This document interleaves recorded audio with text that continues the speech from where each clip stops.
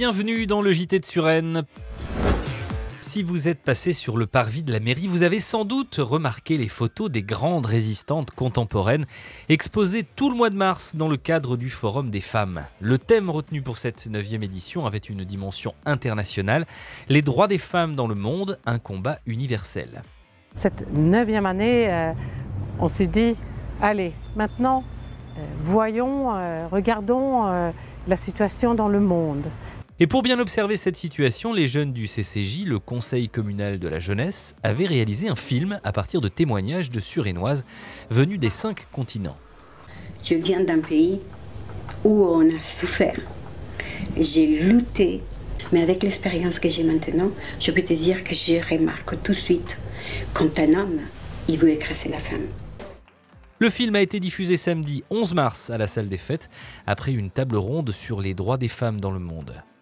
Tout au long du mois, des conférences et des actions de sensibilisation se sont succédées pour mettre en avant l'importance de l'égalité des droits entre les femmes et les hommes.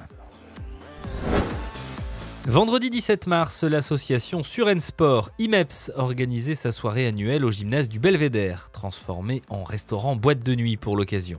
Le but de l'opération, c'est de faire se rencontrer tous les différents acteurs de la vie sportive suresnoise. Et ils étaient plus de 350 à se retrouver dans une ambiance festive, démontrant la vitalité et la diversité des activités sportives dans notre ville.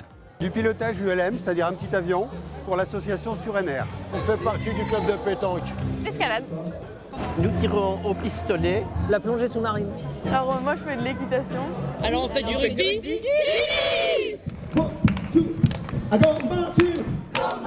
Après le dîner et le concert des Gospel Hearts, la soirée dansante a permis aux sportifs de se déchaîner jusqu'au bout de la nuit.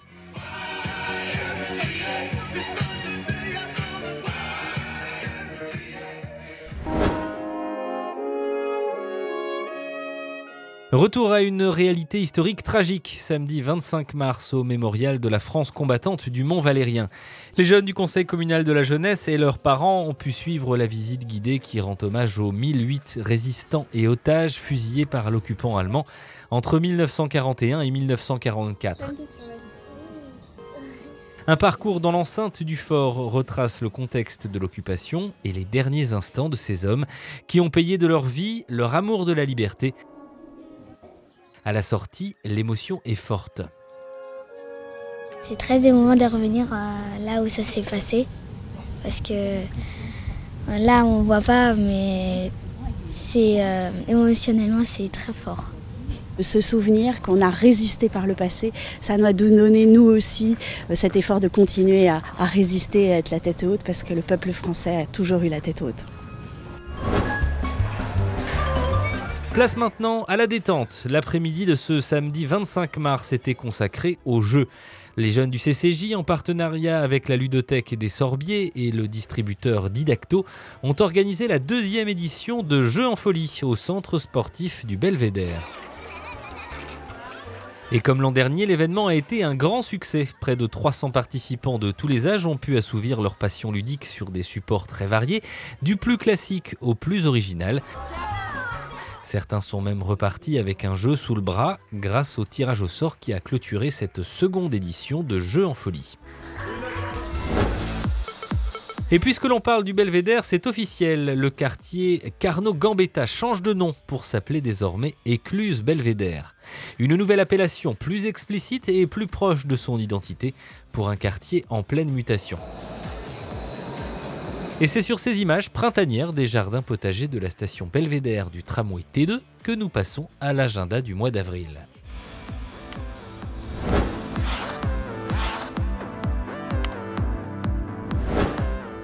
Comme chaque année, la traditionnelle chasse aux œufs aura lieu le dimanche de Pâques. Alors si vous avez des enfants de moins de 8 ans, rendez-vous le 16 avril à 10 h au parc du Château. Mais attention, comme les amateurs de chocolat sont nombreux, n'oubliez pas de vous inscrire avant le 13 avril, soit sur notre site, soit en utilisant le coupon qui se trouve dans le numéro de mars de Suresnes Magazine. Dimanche 23, ce sera le premier tour de l'élection présidentielle.